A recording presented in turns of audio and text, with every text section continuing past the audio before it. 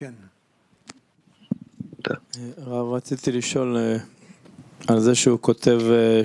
Раф, искам да задам въпрос за това, което той пише, че човек това е сърце.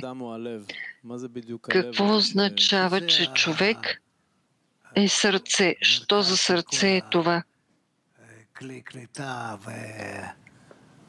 Това е центърът на това клино възприятие и отдаване.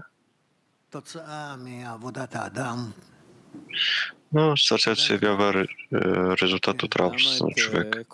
Човекът е сърцето. Защо гласът на Твореца усещаме именно в сърцето? Но къде другаде можем да чувстваме гласа на Твореца? Защо това не е това, което чуваме, а това, което се чува е външно, а гласа на Твореца ние чуваме в сърцето.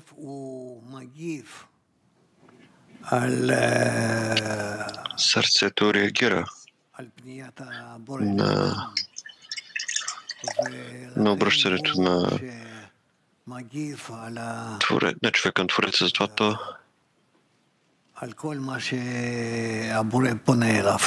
това, което реагира на всичко, с което Твореца се обръща към човек. Така се усеща в сърцето.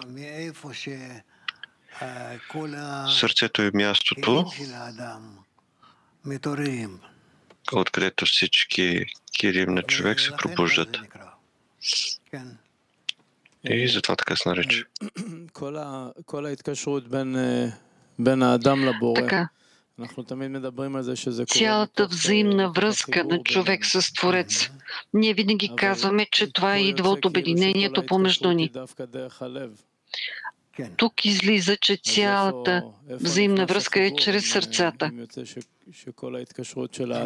Къде влиза това обединение, ако цялата връзка на човека е чрез сърцето?